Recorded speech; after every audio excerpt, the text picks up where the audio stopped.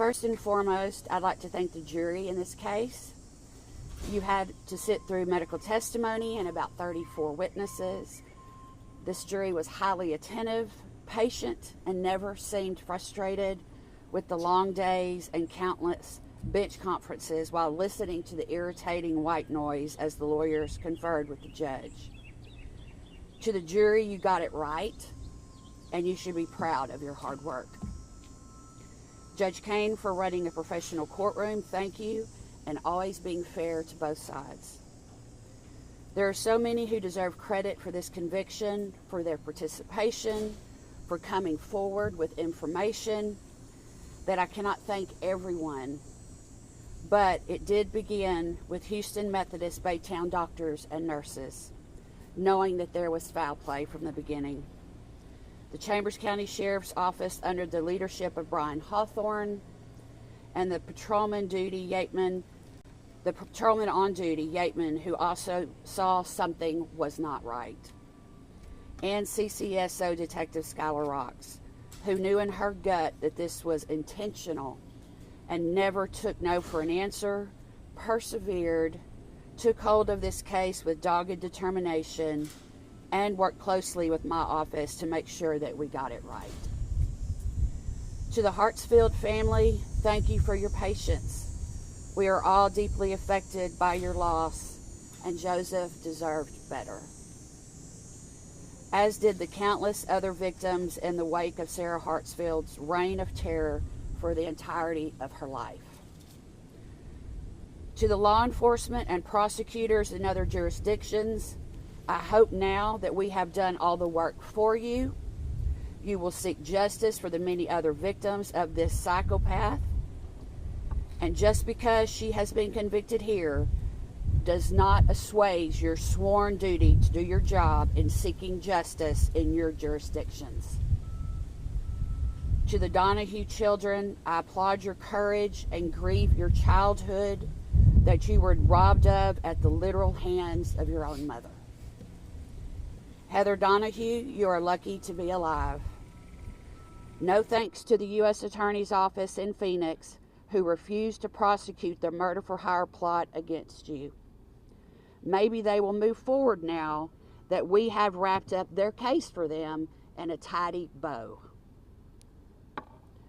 And finally, Mallory Vargas, you are a force to be reckoned with.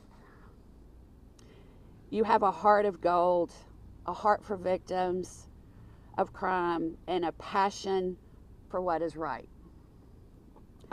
This case was no less a mountain to be conquered, and you've climbed that mountain and reached the peak and planted the flag of justice.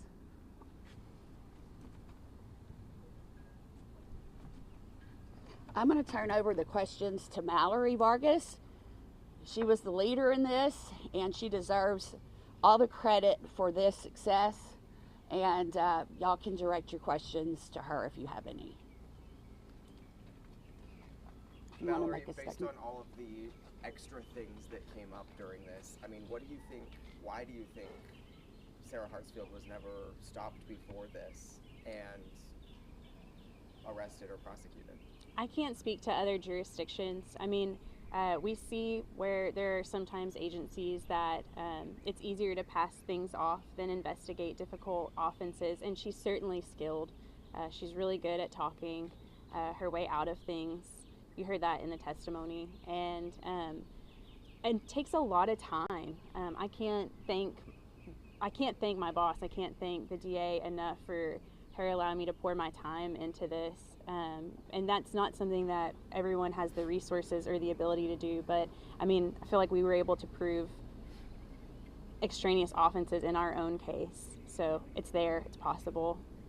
What do you make of her demeanor in the courtroom throughout the trial? I think it showed who she was. When she would come in, initially she appeared poised. She was very performative. I don't know if people noticed, but she carried the Bible, but then she would leave it. She would forget it. She didn't bring it back to the jail with her. She wore what looked like a wedding ring on her finger. But as people began to speak the truth about her, the facade wore off. She glared at witnesses. She indicated that her children were liars. She would glare at me when I was at the bench or whenever I was at a witness stand, and I think it just was a matter of time before it wore off. How do you feel that the jury decided to give her life in prison? I'm grateful. I wouldn't have asked for it if I didn't think it was warranted. I genuinely feel sorrowful for her. Mm-hmm. I genuinely believe that she was a victim of sexual abuse, but that doesn't excuse her or absolve her of any of the horrible things that she's done to people. And I'm grateful that Chambers County decided to hold her accountable and protect everyone else. What do you make of the speed of the jury's verdict and then also the punishment? You were here. It was a wealth of information, and I think that the speed at which they decided her guilt was a message to the community. It was a message to the other jurisdictions even, that they saw through all of it. And I think defense did an excellent job. I don't think that any defense attorney that I've ever encountered could have given her a better defense than Mr. Darwin. But there was just an overwhelming amount of evidence. And then I think whenever they heard the sorrow of Helen compared with the trauma of the children, it was just clear that it was a safety issue, the sentence. And you talked about the overwhelming amount of evidence a lot. Was there a key piece of evidence that you think sealed the deal for the jury on this? I think there were two things that broke my heart the most, and I don't know if it resonated with the jury. I haven't spoken with them, but I could see their faces a little bit. One of those was the Apple legacy, and I think I had never heard of that. I was stunned at that. And the grocery shopping, the grocery shopping, and I really struggled with this, while he was dying, she was ordering groceries, and we had talked amongst ourselves. ADA Sarah Porterfield even brought up, what was she gonna make? What was the point of the grocery? It was a table full of groceries, and it was just evident that she didn't care about his life or his death. And I think that was clear in the messages that they read between her and a lot of people. The Facebook message before calling 911 to Carlene, there were a lot, but just her own actions, her own words in those moments where maybe he could have been saved. With insulin as the tool, how did the preparation process look?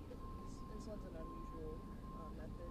Did the preparation look different for y'all versus others? Yes. This whole case was different than anything I've ever worked. Yes. I've never seen someone with this much. She's very intelligent, but she also made a lot of mistakes. And it was her own mouth, her own words, that alerted everyone to the fact that she so obviously was the killer. I mean, insulin it would have been great had it not been Joe, right? That he didn't have this actual fear of insulin, this documented fear of being low, where his own doctors are he wouldn't do this to himself, he's scared of it. And then the fact that he had this overwhelming amount of insulin in his system, it just it was different, but it wasn't at the same time. It was different in that there was just so much evidence. Have you talked to the family since the sentencing, how they felt getting justice for Joseph? Yeah, I think I have talked to the family, and it's we're family now, and that kind of happens in these kind of cases. I know that I don't want to speak for them. It feels like there's a sense of finality, but Cheryl's talked to them about a grief, a second-hand grief that can come after this, that happens in conclusions like this. How do you, get to the point of saying to the jury, hey, we want life for this? What goes into that decision? I think I said this in my close. It's not comfortable for me. It makes me feel very heavy. But there are just certain people that have proven themselves to be too dangerous. to be with the rest of us. And if not her, who? I mean, her own kids weren't safe in the home. And as a mother, even having undergone trauma myself, like, I can't imagine the ability to inflict that so consistently upon everyone, including the people you're literally biologically supposed to protect. How unusual was it to have the family of the defendant actually sitting with the family of the victim? I've never seen it. No. I've never seen it. Neither. There was some indication at the end, it sounds like, that she wants to appeal now. That's standard. I expect that in every case with a large sentence. I've never not seen it in a murder. I've never not seen it in a case with a large sentence. So that's pretty standard. We expect that in pretty much every case like this. And this may be a question for the sheriff's office, but how soon now will she go to TDCJ? Yeah, I don't have an answer for that. If she's been a problem in the jail, they'll put her on the fast track, and she's had some issues in the jail, so they generally put her on the fast track if you're a problem. I do want to take a moment to thank the team specifically. I couldn't have done this without them. I couldn't have done this without the unwavering and incredible support of Cheryl Leak Henry. She's a giant in the courtroom. I'm blessed beyond measure to be able to learn under her and from her and through her, and I'm so grateful for all of her faith in me. But I'm also equally grateful for this team. It's a lot of hours. Like, I think I was working like 18 to 20 hours a day during the last couple of weeks, and I wouldn't have been able to do it without Shaquita Jones, Sarah Porterfield, Eric Carcerano. We have a new attorney, Allison Kling.